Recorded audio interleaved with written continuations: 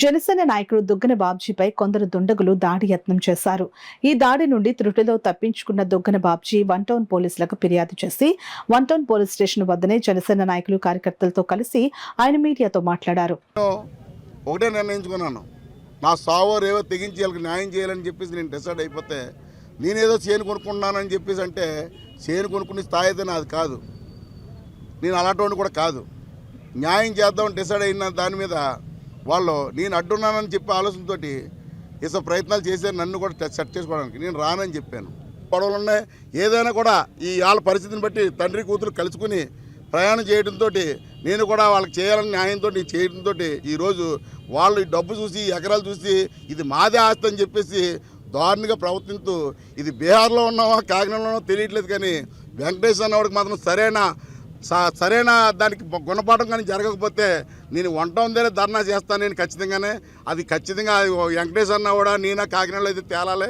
ఇది మాత్రం సమూహంగా మీకు ప్రెస్ మీట్ ద్వారాగా మీకు చెప్పడం ఖచ్చితంగా చెప్తున్నాను. వెంకటేష్ అన్న కూడా అయితే మాత్రం గతంలో కొండబాబు గారు ఇంకొక విషయం చెప్పడం మీకు మర్చిపోయాను. ఇదే విషయం 6 రోజులు రీచ్ చేసిన పిఠాపురం రీచ్ చేసిన అయిపోతుందంటే నేను మన పిఠాపురం పోలీస్ స్టేషన్లో కంప్లైంట్ పెట్టడం జరిగింది.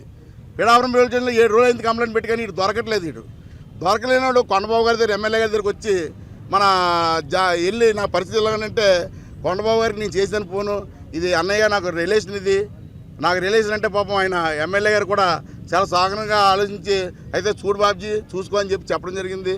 అప్పటి నుంచి కూడా ఈ కథ జరుగుతూనే ఉంది. ఖచ్చితంగా చెప్తున్నాను, ఇవాళ నాకు వెంకటేశ్వర అన్న కూడా మాత్రం ఇవాళ టీడీపీ పార్టీలో కానీ జనసేన పార్టీలో కానీ తిరగలేదు. పక్కాగా చంద్రశేఖర్ రెడ్డి గారి దగ్గర తిరిగాడు. అందుచేత దీని వెనకాల కూడా ఏవో హస్తాలు ఉన్నాయి. ఇవన్నీ రావాలంటే వెంకటేశ్వర అన్నవాడికి సరైన పనిష్మెంట్ ఉంటాయి, కానీ ఈ వెనకాల ఎవరెవరు ఉన్నారనేది కూడా తేలి వరకు కూడా నేను ఊరుకోనని చెప్పి సమూహంగా చెప్పుకుంటూ సెలవు తీసుకున్నాను. Thank you. పిఠాపురం కాకినాడ వచ్చామండి. కాకినాడ వస్తే గంది కందబాబు అని అతను 2 ఎకరాలు క్రీయంగా అడిగాడండి. క్రీయంగా అడిగితే కొంత డబ్బు ఇచ్చేయండి, కొంత డబ్బు ఇచ్చి మళ్ళీ ఇవ్వటం మానేసేయండి. తర్వాత నెక్స్ట్ మిగతా భూమి కూడా ఇచ్చేస్తేనే నీకు డబ్బు ఇస్తానన్నాడండి. మిగతా 4 ఎకరాల భూమిని అలా ఇవ్వటం కుదరదు. కొట్టాడండి ఒకసారి. కొట్టి తర్వాత ఓనాడు సెక్యూరిటీ కాసేసి చంపేస్తాను పొడి చేస్తానని కాపలా కాసాడండి. కాబట్టి రాత్రి ఉదయం 6 గంటల నుంచి రాత్రి 1 గంటన్నర వరకు కాసాడండి. సంతకాలు పెట్టించేసుకుందాం, కొట్టేద్దాం, తిట్టేద్దాం అని తయారైతే అది నెక్స్ట్ అది భయపడి 1 గంటన్నర కాబట్టి ద్రాక్షారం వెళ్ళిపోయండి. ద్రాక్షారం నుంచి మళ్ళీ అన్నవరం వచ్చామండి. అన్నవరం రాజమండ్రి వెళ్ళామండి. ఈ లోపల రోజు కాపలాగా చంపేస్తాను పొడి చేస్తానని 4 అట్టేసుకుని తిరుగుతున్నాడండి. ట్రాన్సాక్షన్ కావాలని కోరుకుంటున్నాను. నాది కందా వెంకటేశ్వరం అండి. నాది మంగతికి గ్రామం అండి. మా నాన్నగారు అయితే 2 ఎకరాలు కన్నబాబుకి అమ్మారండి. డబ్బులు ఇవ్వకుండా రిజిస్టర్ చేయించేసుకున్నాడండి.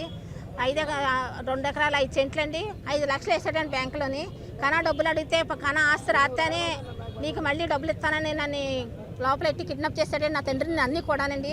నా తండ్రిని ఎంత 1 గంట ఆ టైంలో నేను తెలుసున్న వల్లి గారు ఫోన్ చేస్తే ఆయన వచ్చి బయట పడేశారండి. అన్ని తీసుకొచ్చి మళ్ళీ మా ప్రజెంట్ అయితే మా అన్నయ్య వారి వల్లే నా ప్రాణాలు దక్కాయండి. ఇప్పటికి నా తండ్రిది నాది కూడా నాగరాజు గారి వల్లే ప్రాణాలు దక్కాయండి.